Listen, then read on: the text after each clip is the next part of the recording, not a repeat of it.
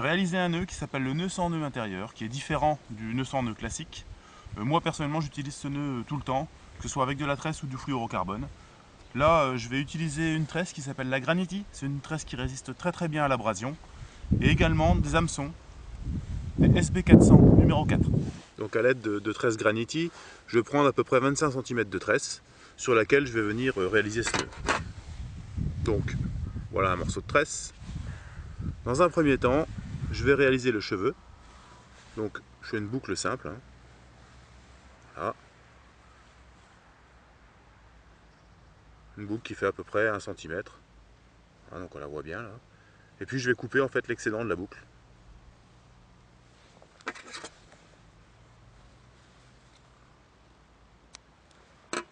Voilà. Maintenant je vais venir écher une bouillette.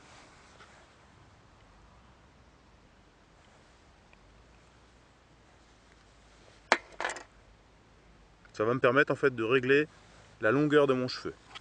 Je prends un stop.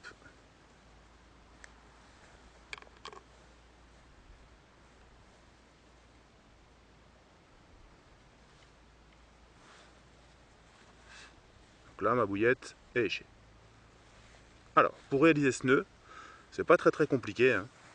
Je prends mon hameçon, SB400 numéro 4, et là, première chose à faire, je passe ma tresse dans l'œillet depuis l'extérieur. Je vais régler la longueur de mon cheveu, c'est-à-dire le positionnement de ma bouillette. Donc là, je suis à peu près à 1,5 cm par rapport à l'hameçon. Alors, l'opération est assez simple. Je vais venir faire une grande boucle avec la partie extérieure de ma tresse.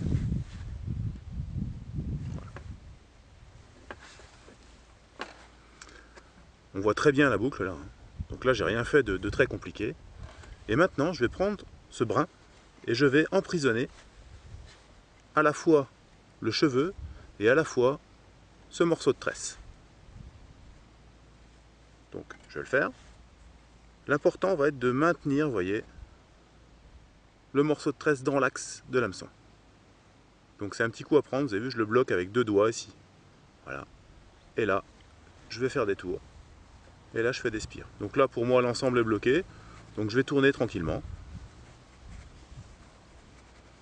Donc vous voyez, je fais quelques spires pour être à peu près au niveau de la pointe de mon hameçon. Là, j'ai terminé. Donc il y a toujours ce morceau-là qui sort. Je vais tenir l'hameçon, vous montrer. Donc on voit bien la boucle en dessous. Je vais passer la bouillette à l'intérieur de la boucle.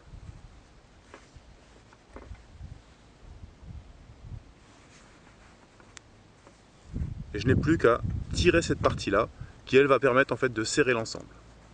Alors il faut tirer fort.